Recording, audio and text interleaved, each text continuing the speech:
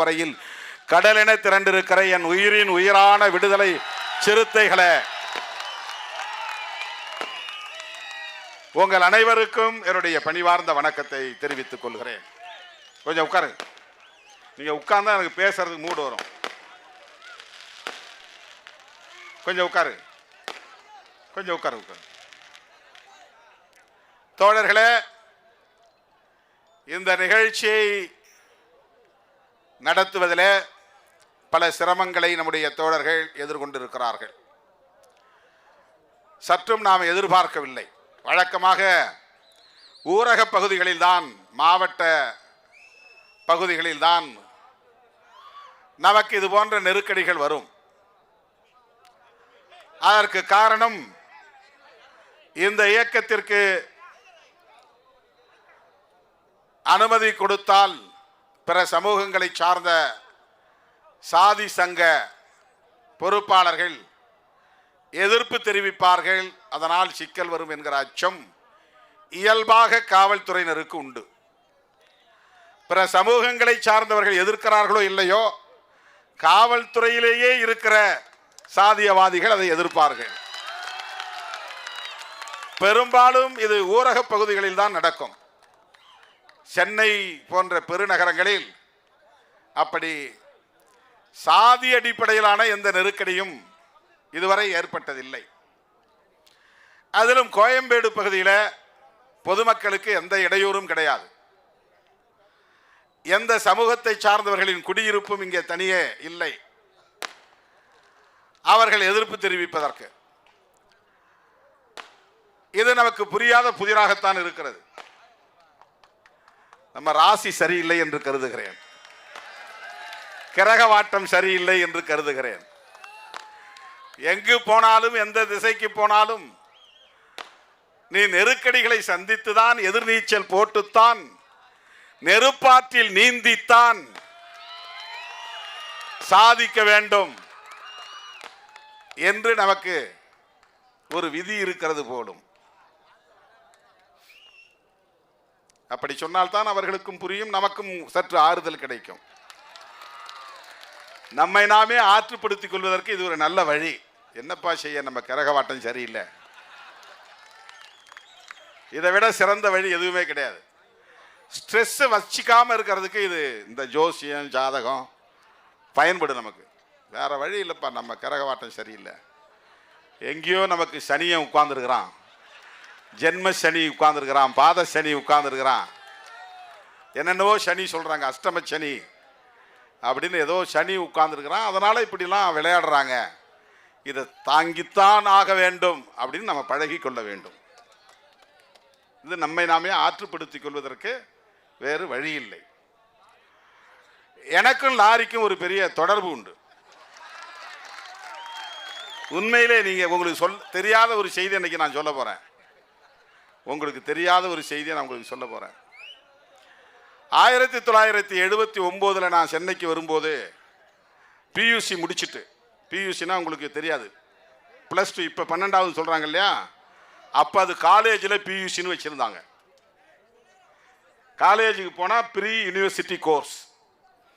SSLC முடிச்சுட்டு 11ஆம் வகுப்பு பள்ளிக்கூடத்தில் முடிச்சுட்டு காலேஜில் நேரடியாக போய் டிகிரி சேர முடியாது. அதுக்கு முன்னாடி ஒரு வருஷம் ட்ரைனிங் மாதிரி ஒரு வருஷம் படிக்கணும். அதுக்கு பேர் ப்ரீ யூனிவர்சிட்டி கோர்ஸ். அதை முடிச்சுட்டு நான் சென்னைக்கு டிகிரி படிக்க வரும்போது,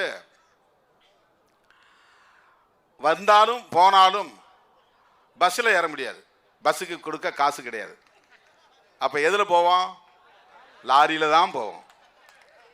நான் இங்கேருந்து சவுகாரப்பேட்டையில் இருக்கிற லாரி ஸ்டாண்டுக்கு போய் அங்கேயே இடம் பிடிச்சி டிரைவருக்கு பக்கத்தில் உட்காந்துக்கிறது. இல்லைன்னா மேலே உட்கார வச்சுருவான், காற்று பூத்துன்னு அடிக்கும்.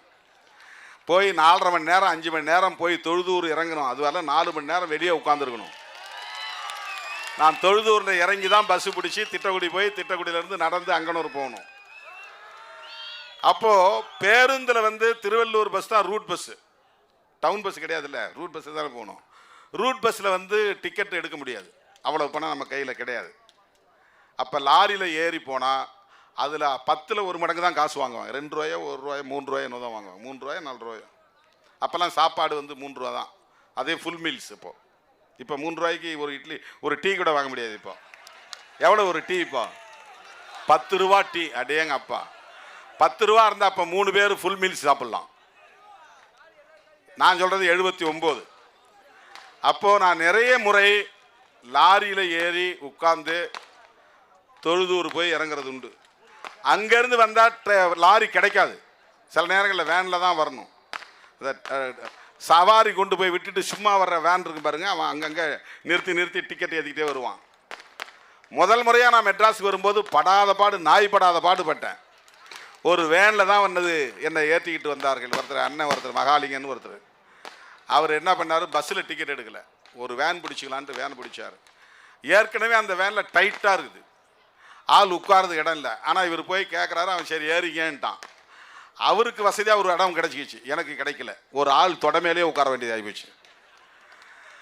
அது வண்டி குலுக்கிற நேரம்லாம் கதவு, பின் கதவு திறந்துக்குது, அது சரியாக லாக் பண்ண முடியல. பயந்து தூங்காமல் நான் இவ்வளோ நேரம் மெட்ராஸ் ஆகும்னு நான் நினைக்கல. ஏதோ ஒரு 2 மணி நேரம் ஆகும் அப்படின்னு நினச்சா, அது விடிய அந்த வண்டியில் உட்காரதுக்கும் வசதி இல்லாமல் படாத பாடுபட்டு சென்னைக்கு இறங்கினேன். தூக்கமே இல்லை. எங்கேயாவது பளிச்சுன்னு வெளிச்சம் தெரிஞ்சா ஆகா மெட்ராஸ் வந்துருச்சுன்னு நினைக்கிறது நான். அப்புறம் கேட்டால் இல்லை இது உளுந்தூர்பேட்டைன்னுவான். அப்புறம் ஒரு இடத்துல நல்லா பளிச்சுன்னு கடை தெருவுலாம் இருக்கும், வெளிச்சம்லாம் இருக்கும். சரி மெட்ராஸ் வந்துருச்சு போடுறதுக்கு இறங்கிடலாம் அப்படின்னு நினச்சா விழுப்புரம்னுவான். இப்படி பல முறை என்ன எப்போ தான் போய் சேருனா விடிஞ்சே போச்சு.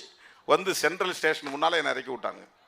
நல்லா விடிஞ்ச பிறகு அங்கேருந்து பஸ்ஸு பிடிச்சி நேராக கொருக்குப்பேட்டைக்கு தான் போனேன், அம்பேத்கர் நகருக்கு. இப்போ சன்னா ஊர் அங்கே தான் இருக்குது. எனக்கு முதல்ல மெட்ராஸில் போய் ஒரு தெரிஞ்சவங்க வீட்டில் குளிச்சுட்டு அங்கேருந்து கிளம்பி பஸ்ஸு பிடிச்சி, டவுன் பஸ்ஸு பிடிச்சி நேராக காலேஜ், ஒவ்வொரு காலேஜாக போய் அப்ளிகேஷன் வாங்கி போட்டேன். இது 1979. அப்போ ஊருக்கு திரும்பணும்னா பஸ்ஸு பிடிச்சி போக முடியாது, லாரியில் தான் போவோம். 1979 80களில் கிட்டத்தட்ட 45 வருஷத்துக்கு முன்னாடி லாரியில் பயணம் செஞ்சேன். இன்னைக்கு லாரியில் நின்றுட்டு பொதுக்கூட்டம் பேசுகிறேன்.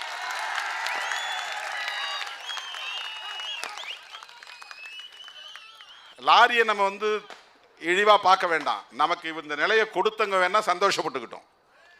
நாங்கள் திருமாவளவனுக்கு பர்மிஷனே கொடுக்கல, மேடை போட நாங்கள் அனுமதிக்கவே இல்லை, போய் நீ வேணால் கண்டெய்னரில் நின்றுக்கோ, லாரியில் நின்றுக்கோ, எப்படி வேணாலும் பேசிக்கோன்னு சொல்லிட்டேன்னு அவங்க இப்போ டீ குடிச்சிட்டு சந்தோஷமாக பேசிகிட்டு இருப்பாங்க. டீ இல்லை வேற ஏதாவது குடிச்சிட்டு இருப்பாங்க. அவங்க சந்தோஷமாக இருப்பாங்க. எங்களுக்கு லாரின்னாலும் ஒன்று தான், மேடைனாலும் ஒன்று தான், தரை என்றாலும் ஒன்று தான், பெரிய நாற்காலி என்றாலும் ஒன்று தான். எங்களுக்கு அதில் எந்த வேறுபாடுங்க. உழைக்கிறவனுக்கு எல்லாம் சமம், உழைக்கிறவனுக்கு எல்லாம் ஒன்று. சொகுசாக இருக்கிறவனுக்கு தான் எனக்கு பிளாஸ்டிக் சேரா, நான் கம்பீரமாக ராஜ சிம்மாசனத்தை தான் உட்காருவேம்மா, எனக்கு அது என் மயிருக்கு சமம். அப்படி ஒரு சோஃபாவில் உட்காரணுங்கிறது எனக்கு தேவையே கிடையாது. அப்படி ஒரு சொகுசான வாழ்க்கை வாழக்கூடிய அளவுக்கு நான் வளர்க்கப்படலை. கட்டாந்தரையில் உட்கார்ந்து தான் நிறைய பொதுக்கூட்டங்களை நடத்தியிருக்கிறேன், தரையில் நின்று தான் பொதுக்கூட்டங்கள் நடத்தியிருக்கிறேன். காலில் செருப்பு போடாமல் பல ஆயிரக்கணக்கான கிலோமீட்டர்கள் நான் நடந்திருக்கிற மதுரையில். அப்படி மக்களோடு மக்கள் நின்று பணியாற்றியவன் திருமாவளவன். எனக்கு எல்லாம் ஒன்று என்று எண்ணுகிற போது எனக்கு பிளாஸ்டிக் சேரும் ஒன்றுதான், ராஜ சிம்மாசனமும் ஒன்றுதான். அதையும் நான் பொருட்படுத்த மாட்டேன், இதையும் நான் குறையாக கருத மாட்டேன். இங்கே பெரிய மேடை போட்டு 60க்கு 40 அளவுக்கு அகலமான மேடை போட்டு பெரிய ராஜ சிம்மாசனத்தை உட்கார வைத்து என்னை அதில் அமர வைத்தால் கூட எனக்கு மகிழ்ச்சி வராது. நான் வந்தவொடனே அப்படி ஏதாவது வித்தியாசமாக ஒரு நாற்காலி இருந்தால் கூட தூக்குடான்ருவேன். எல்லாருக்கும் நாற்காலி என்ன போட்டிருக்கோ அதே போடு. என்னுடைய 45 வருஷமாக இதுதான் நான் பண்ணிட்டு இருக்கேன், 40 வருஷமாக இதுதான் பண்ணிட்டு இருக்கேன். ஒரு சின்ன டிஃப்ரெண்டாக கூட ஒரு நாற்காலி இருந்தால் எனக்கு பிடிக்காது மேடையில், அது அவசியம் இல்லை. அப்படிப்பட்ட சொகுசு பேர் வழி அல்ல நாங்கள். இதே இடத்துல இந்த லாரி கூட கிடைக்கலன்னா எதையாவது ஒரு கட்டையை தூக்கி போட்டு மேலே ஏறி நின்று பேசிட்டு போயிருப்பேன். அப்படி இல்லைன்னா நான் பிரச்சார வண்டி வச்சிருக்கிறேன், நம்ம ஆஃபீஸில் இருக்குது. ஆனால் என்னன்னா அண்ணன் ஒரு ஆளை தான் ஏற்ற முடியும், நானும் அவரும் நின்று இருப்போம். அதான் காசிமுத்து மாணிக்கம் நிற்கலாம், என் பக்கத்தில் 2 பேர் தான் நிற்க முடியும்.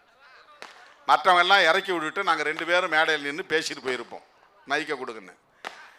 எத்தனை நெருக்கடிகளை தந்தாலும் அந்த நெருக்கடிகளை எதிர்கொள்ளக்கூடிய ஆற்றல் விடுதலை சிறுத்தைகளுக்கு உண்டு.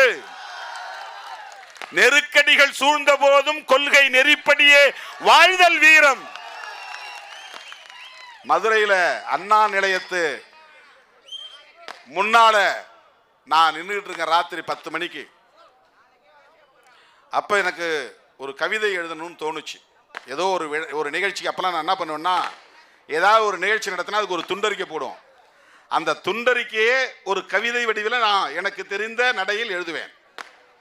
அப்போ ஒரு நிகழ்ச்சிக்காக நான் அப்படியே யோசிச்சுட்டே போகிறேன்.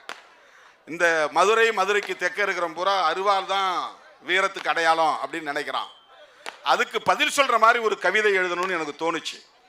அப்போ நான் எழுதின கவிதை 2 வரி தான் எனக்கு ஞாபகம் இருக்கு.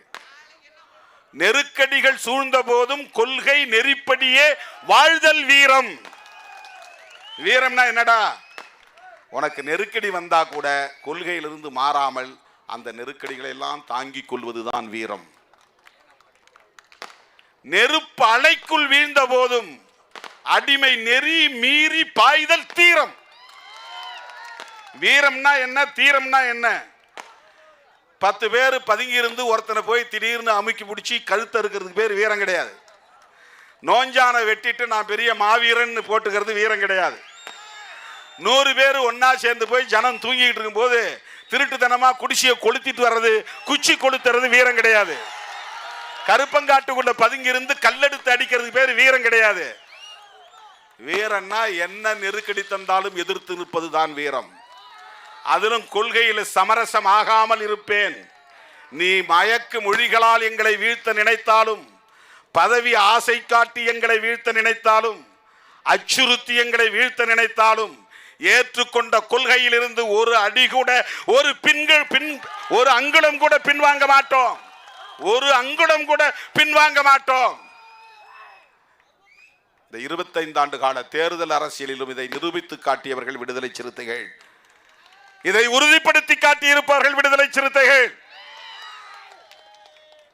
தேர்தல் அரசியல்னா காம்ப்ரமைஸ் தான் அர்த்தம். தேர்தல் அரசியல்னா சமரசம். தேர்தல் அரசியல்னா கரப்ஷன் தான் அர்த்தம். தேர்தல் அரசியல்னா சந்தர்ப்பவாதத்திற்கு ஏற்ப நடந்து கொள்வதுதான் தேர்தல் அரசியல். ஆனால் அதிலும் புதுமையை படைப்பவர்கள் விடுதலை சிறுத்தைகள். இந்தியாவிலேயே வேறுபட்டு நிற்பவர்கள் விடுதலை சிறுத்தைகள். எந்த சூழலிலும் சாதியவாத சக்திகளோடும் மதவாத சக்திகளோடும் எவ்வளவு நெருக்கடி வந்தாலும், எவ்வளவு பின்னடைவை சந்திக்க நேர்ந்தாலும் அவர்களோடு தேர்தல் உறவை கூட வைத்துக் கொள்ள மாட்டோம். இதை டிக்ளேர் செய்யறதுக்கு கூட ஒரு கட்ஸ் வேணும், அதுக்கு ஒரு தில்லு வேணும், அதுக்கு ஒரு கெத்து வேணும். அது விடுதலை சிறுத்தைகளுக்கு தான் இந்திய அரசியலில் உண்டு. நாங்க டிக்ளேர் பண்றோம், சாதியவாதிகளோடும் மதவாதிகளோடும் எந்த சூழலிலும் சமரசம் செய்து கொள்ள மாட்டோம். எவனோ வழியில போனவன் அண்ணன் வணக்கம்னு ஒரு சீட்டை கொடுத்தான், வாங்கி பார்த்தா அது மாநாட்டு. உடனே பத்திரிகையில செய்தி போடுறான், பௌர்ணமினா சித்திரை முழுநிலவு நிகழ்ச்சிக்கு திருமாவளவனுக்கு அழைப்பு. உடனே தினமலர்காரன் கொட்டை எழுத்து போடுறான், அது 2 பேரும் ஒன்னா ஆக்கிறதுக்கு திமுக தலைவர் முயற்சிக்கிறாரு, 2 பேரும் சமரசமாக போறாங்க. அதுக்கெல்லாம் வாய்ப்பே கிடையாது. அப்படி ஒரு நிலையில் விடுதலை சிறுத்தைகள் சமரசம் செய்து 10 இடங்களில் வெற்றி பெற்று என்ன செய்ய போறோம்? நாக்க வழிக்க போறோமா? என்ன செய்ய போகிறோம்? ஒண்ணுமே வேண்டான்னு நாங்க இருந்தாலும் இருப்போமே தவிர, பாஜகவோடு சமரசம் செய்து கொண்டு சாதியவாத சக்திகளோடு சமரசம் செய்து கொண்டு 10 பேரை உள்ள அனுப்புறதுக்கு நான் கட்சியை நடத்த தேவையில்லை. அந்த அவசியம் எனக்கு கிடையாது. அப்படி ஒரு நிலைப்பாட்டை ஒருபோதும் திருமாவளவன் எடுக்க மாட்டான். கைகோர்த்து களமாட வேண்டும் என்று விரும்பினோம், கைகோர்த்தோம், களமாடினோம். ஆனால் தங்களுடைய அரசியல் ஆதாயத்திற்காக என்னை மட்டும் தனிமைப்படுத்தி, என்னை ஒட்டுமொத்த சமூகத்திற்கும் தலித் அல்லாத சமூகங்களுக்கும் எதிரி என்று காட்டி என் உயிருக்கே உலை வைக்கக்கூடிய அளவுக்கு போனவர்கள். அதையெல்லாம் மறந்துவிட முடியுமா? அப்படி என்ன பதவி சுகம்? அப்படி அவர்களோடு சமரசம் செய்து கொண்டு கூட்டணி வைக்க வேண்டும் என்று சொன்னால் அப்படிப்பட்ட ஒரு அரசியல் தேவையே இல்லை. ஒருபோதும் அந்த அரசியலை செய்ய மாட்டோம். திருமாவளவனை புரிந்து கொள்ள இன்னும் சில காலம் தேவைப்படும். விடுதலை சிறுத்தைகளை புரிந்து கொள்ள இன்னும் உங்களுக்கு பக்குவம் தேவைப்படும். சராசரி அரசியல்வாதிகளைப் போல சமரசம் செய்து கொள்ளுகிற சராசரி அரசியல்வாதிகளைப் போல எங்களை நீங்கள் எடை போட்டு பார்க்கிறீர்கள். அது ஒருபோதும் நடக்காது. நாங்கள் எந்த சமூகத்திற்கும் பகை அல்ல. சில கட்சிகள், சில அமைப்புகள். இந்து சமூகத்திற்கு நாங்கள் எதிரிகள் இல்லை. இந்து சமூகத்தை பயன்படுத்தி அரசியல் ஆதாயம் தேடுகிற பாஜக, RSS நாங்கள் எதிர்க்கிறோம், விமர்சிக்கிறோம், அம்பலப்படுத்துகிறோம். பாஜகவை எதிர்ப்பதால் நாங்கள் இந்துக்களை எதிர்ப்பதாகாது. RSS நாங்கள் விமர்சிப்பதால் ஒட்டுமொத்த இந்துக்களையும் நாங்கள் விமர்சிப்பதாக பொருளாகாது. பாமகவை எதிர்ப்பதால் நாங்கள் வன்னியர் சமூகத்தை எதிர்ப்பதாகாது. எங்களுக்கும் இந்த சமூகத்திற்கும் எந்த பிரச்சனையும் கிடையாது. நாங்கள் சகோதரத்துவத்தோடு தான் வாழ்கிறோம், வசிக்கிறோம். கோயம்பேட்டிலே வந்து பாருங்கள், எவ்வளவு தோழர்கள் வன்னியர்களும் ஆதி திராவிடர்களும் இங்கே ஒற்றுமையாக இருக்கிறார்கள். எல்லா சமூகங்களை சார்ந்தவர்களும் ஒற்றுமையாக இருக்கிறார்கள். விடுதலை சிறுத்தைகள் கட்சி இது போன்ற நெருக்கடிகளை எல்லாம் கடந்துதான் வந்திருக்கிறது. காவல்துறையில் இருப்பவர்களும் சரி, அரசியல் களத்திலே இருப்பவர்களும் சரி, ஒருவேளை மறந்து போயிருந்தால் நாங்கள் நினைவூட்டுகிறோம். எத்தனையோ அடக்குமுறைகளை தாண்டி வந்திருக்கிறோம். அதையெல்லாம் விவரிக்க முடியாது, ஒரு நிகழ்விலே சொல்லிவிட முடியாது. இன்றைக்கு தமிழ்நாட்டிலே 60 அடி உயரத்தில் திருமாவளவனுடைய மணிவிழாவை ஒட்டி 100க்கும் மேற்பட்ட இடங்களில் கொடிக்கம்பம் ஏற்றிய பிறகுதான் நீதிமன்றத்தின் மூலமாக தீர்ப்பு தருகிறார்கள், எல்லா கொடிக்கம்பங்களையும் அகற்றுங்கள் என்று. பாருங்க, சென்னை முழுவதும் திரும்புகிற திசையெல்லாம் விடுதலை சிறுத்தைகளின் விளம்பரம் இருந்தது. ஒட்டுமொத்தமாக சென்னையிலேயே விளம்பரம் எழுதக்கூடாது என்று ஆணை போட்டார்கள். கார்ப்பரேஷன், மாநகராட்சியே போய் எல்லா விளம்பரங்களையும் அழித்தார்கள்.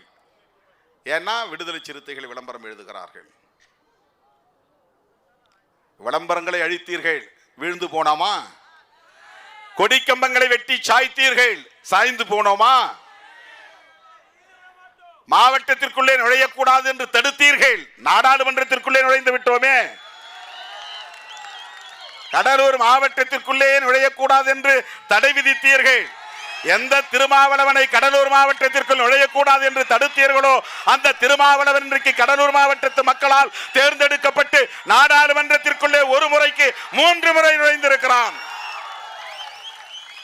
நுழையக்கூடாது என்றால் நுழைவோம், நடக்கக்கூடாது என்றால் நடப்போம், பேசக்கூடாது என்றால் பேசுவோம், கூட்டம் போடக்கூடாது என்றால் மாநாடே போடுவோம். இதெல்லாம் நான் வெறும் சவடால் விடல, வெற்றி சவடால் விடல, மேடைக்கு பேசல. இதெல்லாம் கடந்த காலங்களில் செய்து முடித்து விட்டு பேசுகிறேன், நடத்தி காட்டி விட்டு பேசுகிறோம், சாதித்து காட்டி விட்டு பேசுகிறோம். எனவே எனது அன்பு தோழர்களே, இதையெல்லாம் நீங்க ஒரு பெரிய காயமா எடுத்துக்காதீங்க. தொடச்சு விட்டு போங்க, சட்டையில பட்ட தூசி மாதிரி இப்படி தொடச்சு விட்டு போங்க. நாங்கள் கஷ்டப்பட்டோம், நாங்கள் அதை பண்ணோம், இதை பண்ணோம், எங்களை மேடை போட விடலை, எங்களை டென்ஷன் ஆக்கிட்டாங்க, எனக்கு ஒரே ஸ்ட்ரெஸ்ஸு, அதெல்லாம் தூக்கி போட்டு போய் ஜாலியாக படுத்து தூங்குங்க. இதெல்லாம் நினச்சிக்கிட்டே இருக்கக்கூடாது. இதை நீ கஷ்டம்னு நினச்சா அவங்க இதையே திருப்பி திருப்பி உங்களுக்கு செஞ்சுக்கிட்டு இருப்பாங்க. இதையெல்லாம் சாதாரணமாக அப்படி இடது கையால் தள்ளி விட்டு போகிற ஆட்கள் இவங்க அப்படின்னு அவங்க நினைக்கணும். இது ஒரு பெரிய விஷயமே கிடையாது, இது ஒரு பெரிய விஷயமே கிடையாது. அவர்கள் இதற்கு என்னதான் விளக்கம் சொன்னாலும் இது நமக்கு எதிரான ஒரு நடவடிக்கை தான், நெருக்கடி தான். நெருக்கடி என்பது நமக்கு திருநெல்வேலி அல்வா போன்றது, அவ்வளவுதான். திருநெல்வேலி அல்வா பிடிக்குமா பிடிக்காதா? சென்னையில் இருக்குங்களா ஸ்டீம் மிட்டாய் தான் ரொம்ப பிடிக்கும். உலகத்துக்கு எங்க போனாலும் திருநெல்வேலி அல்வாவுக்கு இணையா ஒரு அல்வாவை நீங்க வாங்க முடியாது, அந்த டேஸ்டே தனிதான். அந்த மாதிரி காவல்துறை நெருக்கடி தருகிற போதெல்லாம் எங்களுக்கு திருநெல்வேலி அல்வா மாதிரி, அதை நாங்கள் ஒரு பொருட்டாக எடுத்துக்கொள்வதே இல்லை. எனது அருமை தோழர்களே, வணிகணியை சார்ந்த தோழர்களே, என் உயிரின் உயிரான விடுதலை சிறுத்தைகளே, இது போன்ற நெருக்கடிகளை ஒரு பொருட்டாக எடுத்துக்கொள்ள வேண்டாம். இதற்கு யார் காரணம், எது காரணம், ஏன் செஞ்சாங்க, எதுக்கு செஞ்சாங்க, இந்த டிஸ்கஷனே வேண்டாம். சோஷியல் மீடியாவில் ஏதாவது எழுதுறது அதெல்லாம் கூடவே கூடாது. அதை கடந்துட்டு போயிட்டே இருக்கணும். இந்த வேலை முடிஞ்சுதான், இன்னைக்கு முடிஞ்சுது. அடுத்து நாளைக்கு என்ன வேலை? 6ஆம் தேதி சிதம்பரத்துக்கு வாங்க எல்லாம், அங்கே தேர்தல் அங்கீகார வெற்றி விழா. அப்புறம் 8ஆம் தேதியிலிருந்து நான் சுற்றுப்பயணம் போறேன். எதுக்கு? 31ஆம் தேதி தமிழ்நாட்டை அல்ல ஒட்டுமொத்த இந்தியாவின் கவனத்தை ஈர்க்கக்கூடிய வகையில் மாபெரும் பேரணியை, மக்கள் எழுச்சி பேரணியை நாம் நடத்த இருக்கிறோம். எப்படி சிஏஏ சட்டம் வந்தபோது தேசம் காப்போம் பேரணியை நடத்தினோமோ அதை போல மதசார்பின்மை காப்போம் மாபெரும் மக்கள் எழுச்சி பேரணி. எப்போ? மே 31 திருச்சிராப்பள்ளியில. அதுக்கான ஏற்பாடுகள் இப்பயே செய்யணும். எல்லோரும் நீலச்சட்டை அணிந்து வர வேண்டும். இப்போ டைலரை பார்த்து அளவு கொடுத்துருங்க. நல்லா ஃபுல் ஹேண்ட், யாரும் ஆஃப் ஹேண்ட் போட்டு வரக்கூடாது, ஃபுல் ஹேண்ட் போட்டு வரணும். முடிஞ்சா சிவப்பு டை கட்டிட்டு வந்துருங்க.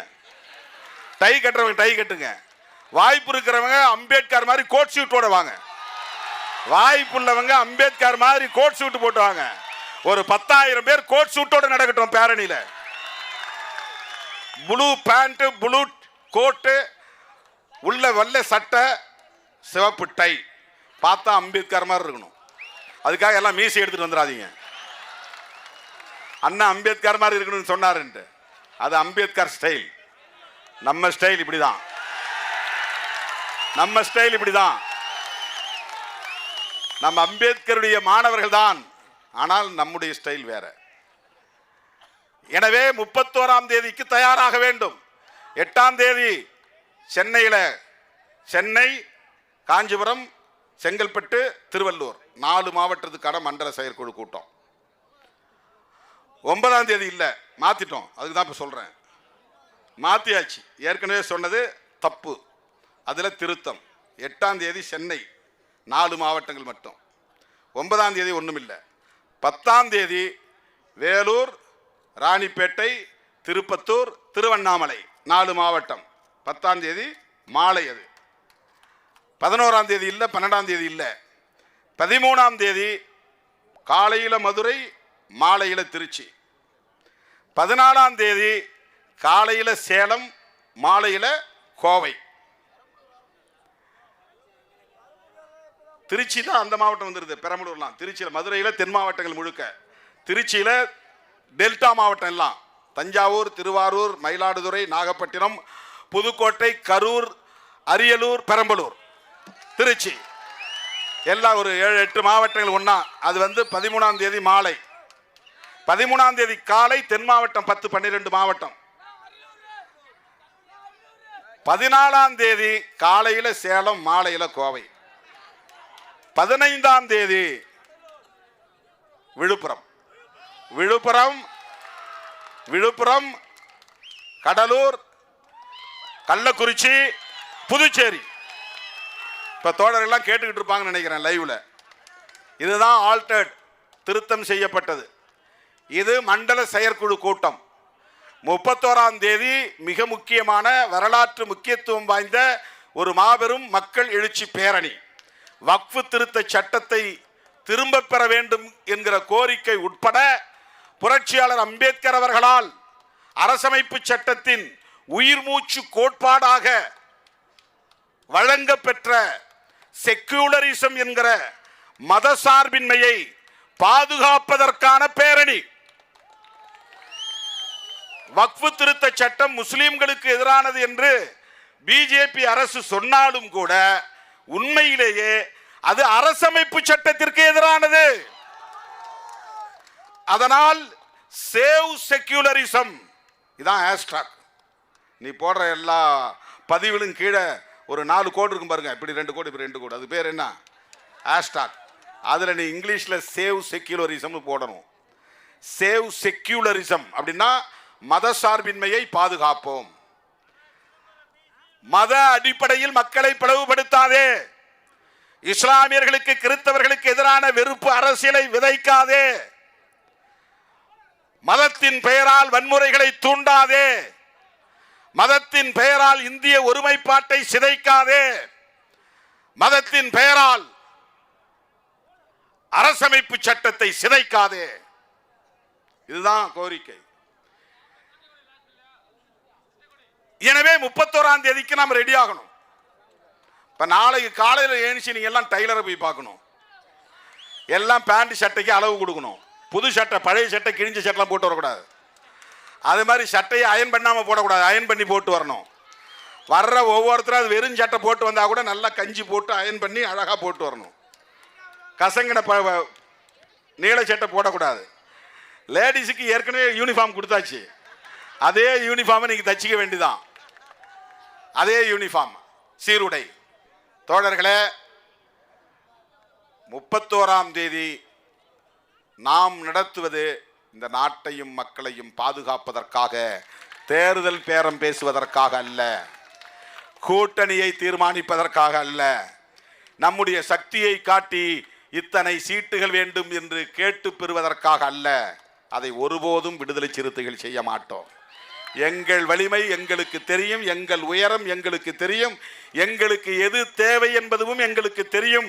அப்படியே பிராக்டிக்கலாகவும் எதை எங்களால் சாதிக்க முடியும் என்பதும் எங்களுக்கு தெரியும். எங்களுக்கு ஆசை எதுவும் இருக்கலாம். நடைமுறை சாத்தியக்கூறுகளை தாண்டி வெறும் கையால் முழம் போட மாட்டோம். வெறும் கையால் முழம் போட மாட்டோம். முழம் போடணும்னா ஒரு துணி வச்சிருந்தா தானே முழம் போட முடியும். இப்போ வெறும் கையால் முழம் போட்டு அழக முடியுமா? விடுதலை சிறுத்தைகள் பிராக்டிக்கல் ஆக்டிவிஸ்ட், நடைமுறை சாத்தியங்களை அடிப்படையாக வைத்து இயங்கக்கூடிய போராளிகள். நடிகர்களை பற்றிலாம் சொன்னாங்க. நான் ஏற்கனவே பலமுறை சொல்லியிருக்கிறேன். 25 வருஷத்துக்கு முன்னாடியே எத்தனை நடிகர்கள் வந்தாலும், எத்தனை இயக்குனர்கள் வந்தாலும், எத்தனை கதாநாயகிகள் வந்தாலும், எத்தனை தலைவர்கள் வந்தாலும் சிறுத்தைகளின் களம் முற்றிலும் வேறானது. முற்றிலும் வேறானது. இந்த களத்திற்குள் அவர்களால் ஒரு மணி நேரம் தாக்குப்பிடித்து நிற்க முடியாது. கரும்பு வெற்றவன் கரும்பு வெற்ற திறன் உள்ளவனா இருப்பான். கரும்பு கழிக்கிற பெண்கள் அந்த திறமை உள்ளவங்களா இருப்பாங்க. அதை கட்டி போட்டு தலையில சுமந்துக்கிட்டு வர்றது அந்த வேலையும் சிலரால் செஞ்சிட முடியும். ஆனா அந்த கருப்பம்பாலை கொண்டு வந்து அந்த உலையில கொப்பரையில கொட்டி அந்த இடத்த நின்று அந்த கந்தை தூக்கி தூக்கி போட்டு சக்கையை தூக்கி தூக்கி போட்டு வேக வச்சு அந்த பால் சுன்ற வரையில் அங்கே நின்று வேலை செய்கிறான் பாருங்க. அது எல்லாராலையும் முடியாது. அது பதத்துக்கு வரும்போது கொஞ்சம் சுண்ணாம்பு போட்டு அப்படியே லேசாக இளமஞ்சள் வரும்போது அந்த அனலையெல்லாம் நிறுத்தி அதை எடுத்து தொட்டில ஊற்றுவான். அந்த பணியை ஒருத்தர் 2 பேரால தான் செய்ய முடியும். அதுபோல விடுதலை சிறுத்தைகள் மட்டும்தான் அந்த களத்திலே நிற்க முடியும். அது போன்ற உழைக்களத்தில் நிற்கிற வேலை விடுதலை சிறுத்தைகளின் வேலை. இது ஏசிக்குள்ள உட்கார்ந்துட்டு செய்கிற அரசியல் இல்லை. விடுதலை சிறுத்தைகளின் அரசியல். வீட்டில் ஏசி, இறங்கினா காரில் ஏசி, இறங்கி போனால் ஹோட்டலில் ஏசி, ரூமில் இருந்து வெளியே வந்து ரெஸ்டாரண்ட்டில் வந்தால் ரெஸ்டாரண்ட்டில் ஏசி, கொஞ்ச நேரம் அந்த சூரியனில் நின்று கையை காட்டிட்டு திருப்பி போய் ஏசியில் உட்காந்துக்கிறது. அதுவெல்லாம் விடுதலை சிறுத்தைகளின் அரசியல். தாரை தாரையாய் எங்கள் உடலில் இருந்து வேர்வை ரத்தம் சிந்த சிந்த இந்த களத்திலே பாடுபட்டு இருக்கிறோம். வேர்வை கொட்ட கொட்ட பாடாற்றி இருக்கிறோம். ரத்தம் சிந்த சிந்த பணியாற்றி இருக்கிறோம். கண்ணீர் சிந்த சிந்த பணியாற்றி இருக்கிறோம். ஒப்பாரி ஓலங்களுக்கு இடையிலே பணியாற்றி இருக்கிறோம். ஒருபுறம் காவல்துறையின் நெருக்கடிகள், இன்னொரு புறம் சாதி வெறியர்களின் நெருக்கடிகள், இன்னொரு புறம் மதவெறியர்களின் நெருக்கடிகள், இன்னொரு புறம் அதிகார வர்க்கத்தின் ஆளும் சக்திகளின் அரசியல் சக்திகளின் நெருக்கடிகள், ஊடகங்களின் புறக்கணிப்புகள், இவளையெல்லாம் கடந்து வந்திருக்கிறோம். இதெல்லாம் அவர்களால் யூகிக்க கூட முடியாது. இதை சொன்னால் புரிந்து கொள்ளவும் முடியாது. நாளைக்கு ஒருத்தன் புதுசா கட்சி ஆரம்பிச்சா கூட அவன் பேரை மேலே போட்டு என் பேரை பின்னால போடுவான் ஊடகத்தில். இன்னைக்கும் அதுதான் உளவியல், ஊடக உளவியல். நாளைக்கு எனக்கு பின்னால ஒருத்தன் கட்சியை தொடங்கி அவன் அறிக்கை விட்டால் அவன் அறிக்கையை முதல் பக்கத்திலே போடுவான். எனது அறிக்கையை திருமாவளவன் அறிக்கை விட்டார்னு போடுவான். இல்லைன்னா அந்த பேரும் போட மாட்டான். அவ்வளவு ஈஸியெல்லாம் நம்மளை அங்கீகரிக்க மாட்டார்கள். 25 ஆண்டு காலம், 4/4 நூற்றாண்டு காலம் தாக்கு பிடித்து இந்த களத்திலே நின்று இன்றைக்கு தேர்தல் ஆணையத்தால் அங்கீகரிக்கப்பட்ட ஒரு கட்சியாக, மாநில கட்சியாக நிமிர்ந்து நிற்கிறோம். இதை தக்க வைக்க வேண்டுமா வேண்டாமா? இந்த வெற்றியை தொடர வைக்க வேண்டுமா வேண்டாமா? இன்னும் வெற்றி இலக்கை நோக்கி நாம் முன்னேற வேண்டுமா வேண்டாமா? எனது அருமை தோழர்களே, இதையெல்லாம் சாதிக்க வேண்டுமானால் நமக்கு ஒரே ஒரு தேவைதான் இருக்கிறது. பெட்டி பெட்டியாய் பணம் தேவை என்று சொல்ல மாட்டேன். பெட்டி பெட்டியாய் பணம் தேவை என்று சொல்ல மாட்டேன். ஒரே ஒரு தேவைதான், சகிப்புத்தன்மை என்கிற தேவைதான். அவமானங்களையும் அவமதிப்புகளையும் இழிவுகளையும் தாங்கிக் கொள்ளுகிற சகிப்புத்தன்மை மட்டும்தான் நமக்கு தேவை. என்னோடு நீங்கள் அந்த சகிப்புத்தன்மையோடு பயணிப்பீர்களே ஆனால் உங்கள் கனவு நனவாகும். கொள்கை வெல்ல களமாடுவோம், கோட்டையில் ஒரு நாள் கொடியேற்றுவோம் என்கிற அரசியலை நம்மால் வென்றெடுக்க முடியும். எனது அருமை தோழர்களே,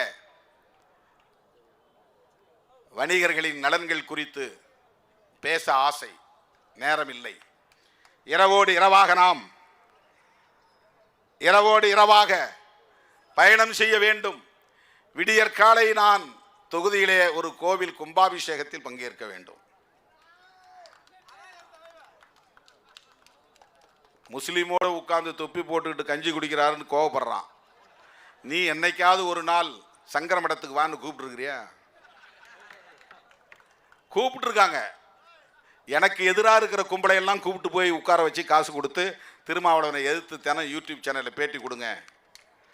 சில சங்கிகள் உங்களுக்கு தெரியும், இந்த சாதியிலேயே பிறந்த பிழைப்புவாத சங்கிகள். அவன்லாம் மாதம் காசு வாங்கிட்டு தான் பேசுகிறான். யார் யாருன்னு உங்களுக்கு தெரியும். இது 25 வருஷத்துக்கு முன்னால் நான் தமிழ் பெயர் சூட்டுவதற்கான அறிவிப்பு செய்த காலத்திலிருந்து நடக்குது. தமிழ்நாட்டிலிருந்து 32 அமைப்புகளை, தலித் அமைப்புகளை கூப்பிட்டு இந்த ஜெயேந்திர சரஸ்வதி சுவாமிகள் பேசினார். உங்கள் திருமாவளவன் என்ன பண்ணுறாரு தெரியுமா? இந்த ஜனங்களெல்லாம் ஏமாற்றி கிறிஸ்தவத்தில் சேர்க்குறாரு, இஸ்லாத்தில் சேர்க்குறாரு. அதனால தான் அந்த பேரெல்லாம் மாற்றுறார், இந்து பேரெல்லாம் மாற்றுறார். அந்த ஆளை எப்படி விட்டு வச்சுருக்கிறீங்க?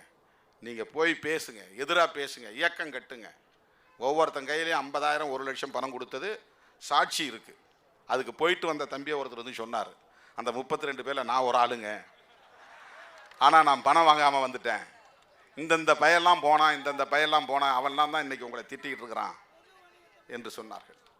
25 வருஷத்துக்கு முன்னாடி ஏன் ஜெயேந்திர சரஸ்வதி சுவாமி செய்தார்னா, ராமசாமிங்கிற பெயரை தொல்காப்பியன் மாற்றி விட்டுட்டேன். பாலசுப்ரமணியங்கிற பெயரை பாலசிங்கம்னு மாற்றி விட்டுட்டேன். பாக்கியங்கிற பெயரை பாவரசுன்னு மாற்றி விட்டுட்டேன். இந்த மாதிரி ஒரே நாளில் 5000 பேர் புல்லாரெட்டி அவனியில் மாற்றணும், மதுரையில் 5000 பேர் மாற்றணும். அதுக்கப்புறம் தினம் மாற்றிக்கிட்டே இருந்தோம் லட்சக்கணக்கான பெயர். என்னடா இந்து பெயர்களை பூரா இவன் மாத்துறான்னு அவருக்கு கோபம் வந்துருச்சு. நமக்கு எதிராக இன்னைய வரல அந்த வேலை நடந்துகிட்டு இருக்கு.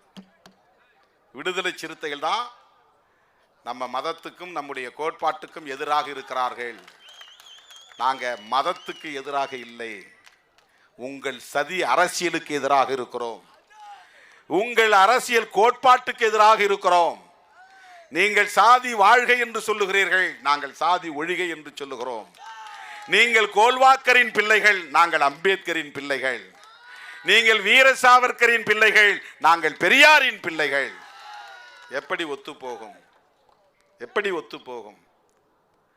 நாங்கள் அம்பேத்கரின் பிள்ளைகளாகவும் பெரியாரின் பிள்ளைகளாகவும் இருப்பதால் தான் திராவிட முன்னேற்ற கழகத்தின் தலைமையிலான மதசார்பற்ற முற்போக்கு கூட்டணியில் நாங்கள் உறுதியாக நீடிக்கிறோம்.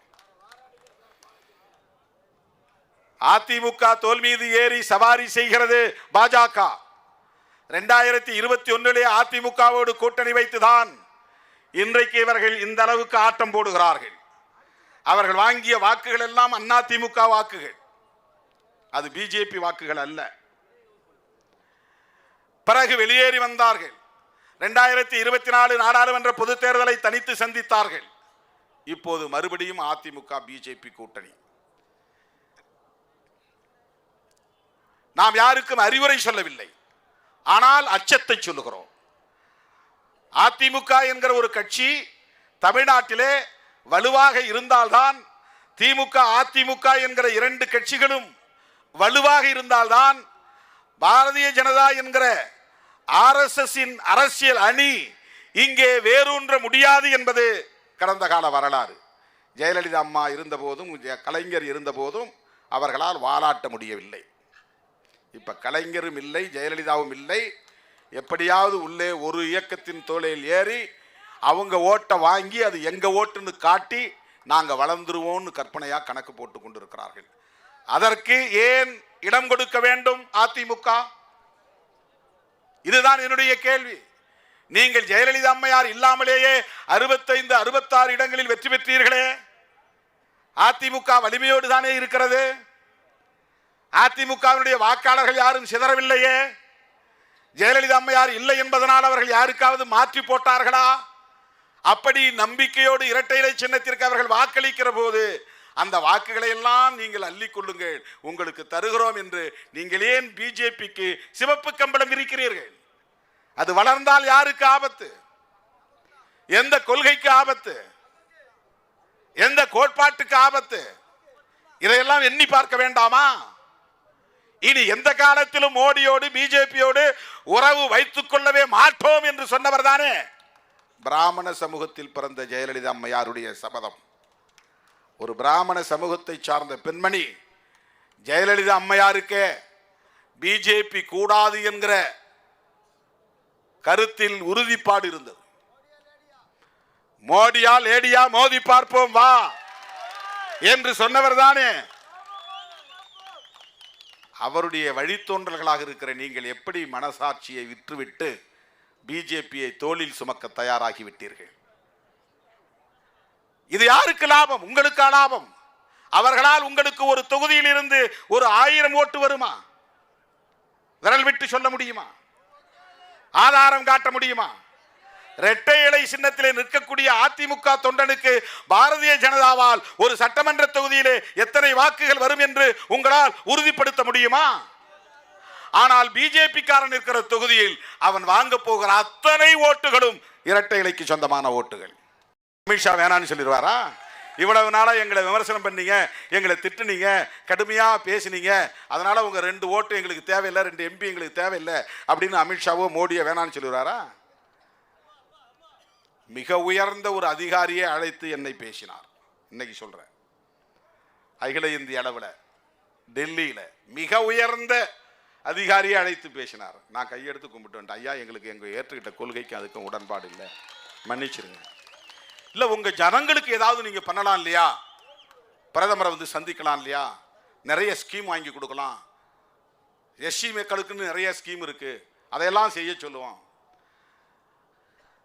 உங்களுடைய அன்புக்கு நன்றிங்கய்யா, நான் வரங்கய்யான்னு சொல்லிட்டு வந்துட்டேன். இது 100 விழுக்காடு நடந்தது. 100 விழுக்காடு சத்தியம். இது நடந்தது. கொஞ்சம் நான் மனம் மாறினா என் வாழ்க்கையே வேறு தானே, இந்த கட்சியின் நிலையே வேறு தானே. இப்போ இந்த இடத்துல நீங்கள் அனுமதி கொடுக்காம உங்களால் தடுத்திருக்க முடியுமா? இங்கே வராதுன்னு உங்களால் சொல்லியிருக்க முடியுமா? கடைசி நிமிஷம் லாரியில் போட்டு கூட்டம் போட்டுக்குன்னு உங்களால் சொல்ல முடியுமா? தட தட தட தடன்னு ஓடி வந்து ஐயா வாங்க வாங்க வாங்க வாங்க, எங்கே வேணாலும் கூட்டம் போட்டுங்க, எப்படி வேணாலும் மேடை போட்டுங்க, அப்படி தானே உங்களால் சொல்ல முடியும்? கையில் பவர் இருந்தா. இப்போ இதெல்லாம் தெரியாமல நாங்கள் இருக்கிறோம். இதெல்லாம் தெரிஞ்சும் இந்த கதவை, எங்கள் வீட்டு கதவை சாத்துறோம், உங்கள் வீட்டு கதவை இல்லை. இந்த கதவை சாத்துறேன்னா என் வீட்டு பக்கம் யாரும் கூட நுழைஞ்சிடாதீங்கன்னு சாத்துறேன்.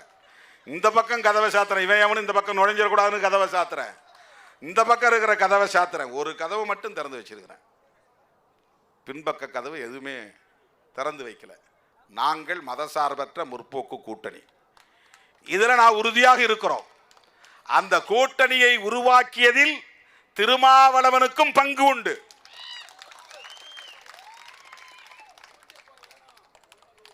இப்போ நீங்கள் இலக்கடை செல்வராஜோட சேர்ந்து ஒரு 5-6 பேர் சேர்ந்து பார்ட்னர்ஷிப் போட்டு ஒரு பிஸ்னஸ் பண்ணுறீங்க. அப்படி ஒரு பிஸ்னஸ் பண்ணும்போது ஒரு பொது இடத்த பிடிக்கிறீங்க, அது எல்லாருக்கும் பொது தானே. இலக்கடை செல்வராஜுக்கு மட்டும் சொந்தம்னு விட்டுருவீங்களா? அவர் மட்டும் போய் கடையில் படுத்துக்கிட்டோம், அவர் மட்டும் கடையில் வியாபாரம் பண்ணிட்டு விட்டுருவீங்களா? அடுத்த நாளே பிடிச்சி நொக்கி அவரை, யோ என்னையா நாங்களும் இவ்வளோ போட்டிருக்கோம், நீங்களும் இவ்வளோ போட்டிருக்கீங்க அப்படிதான். இது இயல்பு தானே, ஹியூமன் நேச்சர் தானே, மனித இயல்பு தான். அரசியலில் கூட்டணியும் அப்படித்தான். கூட்டணின்னா 10 கட்சி அதில் பொருந்தும், 10 கட்சிக்கு அதில் உரிமை இருக்கிறது, 10 கட்சிக்கு அதில் அதிகாரம் இருக்கிறது. அந்த கூட்டணியை உருவாக்கியதில் என்னுடைய இசைவே ஒரு பங்களிப்பு தான். நான் அதில் ஒத்துக்கொள்கிறேன், உடன்படுகிறேன், இணைந்து கொள்கிறேன், நானும் உங்களோடு வருகிறேன், இணைந்து பயணிக்கிறேன் என்று நான் இசைவளிப்பதே ஒரு கான்ட்ரிபியூஷன் தான். அதுவே ஒரு பங்களிப்பு தான், அதுவே ஒரு பார்ட்னர்ஷிப் தான். நாங்கள் உருவாக்கின முற்போக்கு கூட்டணியை நான் எப்படி பலவீனப்படுத்த அனுமதிப்பேன்? இதுதான் என்னுடைய பார்வை, இதுதான் என்னுடைய அரசியல், இதுதான் என்னுடைய நோக்கம். ஆனால் சிலர் வாய்க்கு வந்தபடி பேசுகிறார்கள். இதையெல்லாம் இந்த மேடையில் ஏன் விளக்கம் சொல்றேன்னா, நீங்க இந்த மாதிரி விமர்சனங்கள்லாம் யாரும் பொருட்படுத்த வேண்டியதில்லை, பொருட்படுத்த தேவையில்லை. அவங்களுக்கெல்லாம் நீங்கள் எந்த விளக்கமும் சொல்ல தேவையில்லை. அதெல்லாம் நீங்கள் கண்டுக்கவே கூடாது, அதெல்லாம் பேசவே கூடாது. எவனாவது நம்ம பேரை சொன்னால் ஒரு வெளிச்சம் கிடைக்குன்னு நினச்சி பேசுகிறான், பழைச்சிட்டு போகட்டும், போடா பேரை சொல்லி பழைச்சிக்கோ, ரைட்டு, பேரை சொல்லி பழைச்சிக்கோ, அவ்வளவுதான். எனது அருமை தோழர்களே, அரசியல் ரீதியாக நாம் எடுக்கிற எந்த முடிவாக இருந்தாலும் அந்த முடிவை உளப்பூர்வமாக ஏற்றுக்கொண்டு அதை நடைமுறைப்படுத்துவதில் வெறித்தனமாக வேலை செய்ய வேண்டும். அதுதான் முக்கியம். இப்ப 2026 நான் உங்களுக்கு மாற்றி சொல்றேன். 2026 திமுக கூட்டணி வெற்றி பெற வேண்டும் என்பதை மாற்றி சொல்கிறேன். திராவிட முன்னேற்ற கழகத்தின் தலைவர் அண்ணன் தளபதி ஸ்டாலின் அவர்கள் முதலமைச்சராக வேண்டும் என்பதை மாற்றி சொல்ல விரும்புகிறேன். 2026 சனாதன சக்திகள் எந்த சூழலிலும் வலிமை பெற்றுவிடக் கூடாது, அதை தடுத்தாக வேண்டும். பிஜேபியோடு சேருகிற யாராக இருந்தாலும் அவர்கள் வீழ்த்தப்படுவார்கள், வீழ்த்தி காட்டினார்கள், அதை சிறுத்தைகள் சாதித்தார்கள் என்று நாம் உறுதிப்படுத்த வேண்டும். அதுதான் நம்முடைய வேலை. ஊருக்கு போங்க, ஜனங்கள்கிட்ட சொல்லுங்க, அண்ணன் சொல்லி இருக்கிறார், நம்ம கட்சி இப்படி முடிவெடுத்திருக்கு, ஒரு ஓட்டு சிந்தக்கூடாது, சிதறக்கூடாது. போன தேர்தலில் பார்த்தோம், திமுக வேட்பாளர்கள் ஒவ்வொருத்தரும் வந்து சொன்னாங்க, அண்ணன் நம்ம தெருக்கு வந்தால் தான் அப்படியே கொத்து கொத்தா வந்து விழுது. மற்ற இடங்களில் போனால் 100 ஓட்டில் நமக்கு 10 ஓட்டு 7 ஓட்டு 8 ஓட்டு வருது. விடுதலை சிறுத்தைகளின் முகாம் கொந்தா 100ல் 80 90 கொத்தா விழுகிறது. இது வரலாற்றில் நாம் சாதித்து காட்டியிருக்கிறோம். 2026 தேர்தலில் தீர்மானிக்கும் சக்தி, அரசியல் முடிவுகளை தீர்மானிக்கும் சக்தி, அரசியல் திசை வழியை தீர்மானிக்கிற சக்தி, சனாதன சக்திகளை பின்னங்கால் பிடரியில் அடிபட ஓட ஓட விரட்டி அடிக்கிற சக்தி விடுதலை சிறுத்தைகள் தான் என்பதை உறுதிப்படுத்துவதற்கான ஒரு களம். அதற்கு இப்போதே நாம் தயாராவோம் என்று சொல்லி வாய்ப்புக்கு நன்றி கூறி விடைபெறுகிறேன். நன்றி, வணக்கம்.